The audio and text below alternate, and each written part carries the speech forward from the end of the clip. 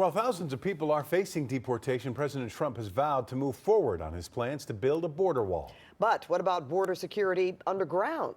Well, CBS 2's Jennifer Kastner has the second part of our special Border Patrol series. Jennifer? Oh, Pat, that's right. So for this story,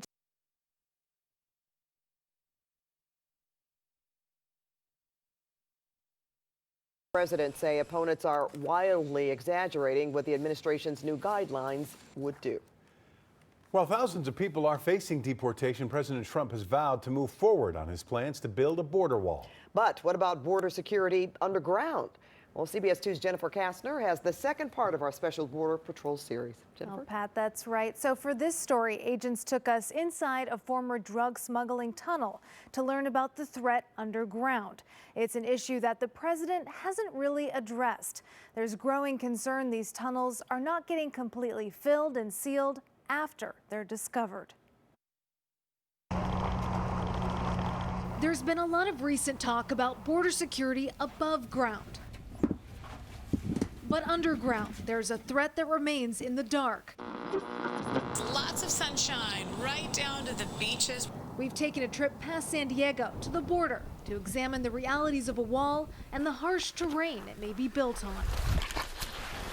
Now we're exploring a concern that's mostly out of sight. Just give the guys heads up when you're letting that thing go. It's self-retracting. We descend 70 feet into the Galvez Tunnel, once used to illegally move mass loads of cocaine and marijuana. A lot of effort goes in to working with this type of problem set. Agent Lance Lenore is one of the border tunnel rats. He's been inside more than 80 tunnels during his career. You start noticing similarities between tunnel from tunnel to tunnel.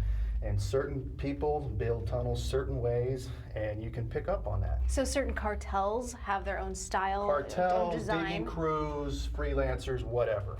Some of the drug smuggling tunnels that have been discovered here in the Otay Mesa area go very deep underground, some of them as far down as 90 feet. And they can be highly sophisticated, like this one discovered last April.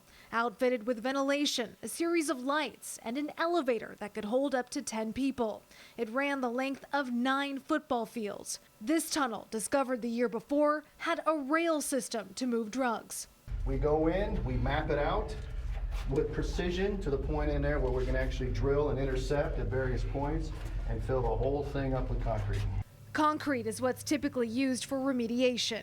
Agents seal the portion of the tunnel that's in the U.S., but what happens to the tunnel on Mexico's side is out of these agents' control. We will immediately investigate that lead. Assistant Special Agent Juan Munoz is part of the Tunnel Task Force for U.S. Immigration and Customs Enforcement, or ICE. Does ICE have concerns that Mexico may not be doing proper remediation after tunnels are discovered?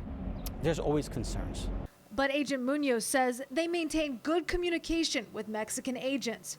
Even so, the Associated Press has reported Mexican authorities don't have the money to completely fill their tunnels, allowing traffickers to simply dig new entry points to access the network of tunnels that run to the U.S. border. We've heard, based on the media, and those are concerns, that the tunnels sometimes are not remediated, and sometimes these individuals will probably use the same tunnels, or they would tunnel along the old tunnel. But those are cases that we investigate as well. We'll address that on a case by case. Human intelligence is the driving factor for discovering tunnels right now. Agents rely heavily on public tips for leads. Their ground penetration technology has never once discovered a tunnel. ICE has just started a new tunnel tip reward program, offering cash for good leads. The agency is also set to expand after President Trump signed an executive order to add thousands of new agents. But as enforcement here grows, so does the uncertainty over how Mexico will deal with its side of the problem deep underground. And the new Homeland Security Secretary, John Kelly, recently toured the San Diego border. He was asked about the tunnel threat, but he didn't directly answer the question. He explained that when cartels dig tunnels, it shows just how effective the fencing is in that area. If they can't get through it, they'll go under it. Rick and Pat. Oh, good work, Jennifer. Thank you.